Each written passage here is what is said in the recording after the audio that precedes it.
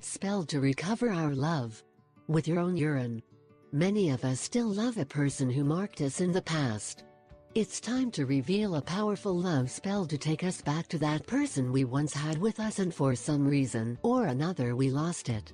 Spell for love to return.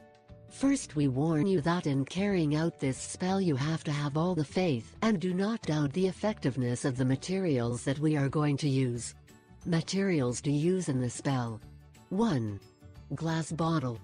2. Paper and pencil. 3. Sugar. 4. Your own urine.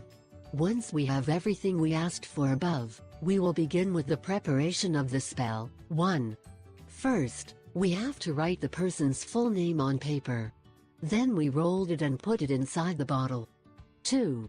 Now we have to urinate inside the bottle. Preferably it has to be the first urine of the day, since it is the one that has the most strength and energy. 3. Then we put 4 tablespoons of sugar and 6 of honey. 4. Now we close the bottle with great force so that no one can open it. 5. Now we have to find a very important place to hide it, and something that worked for me was to bury it in a place outside the city, where people cannot find it or open it, because if someone opens the bottle the spell will lose all its charm. Important.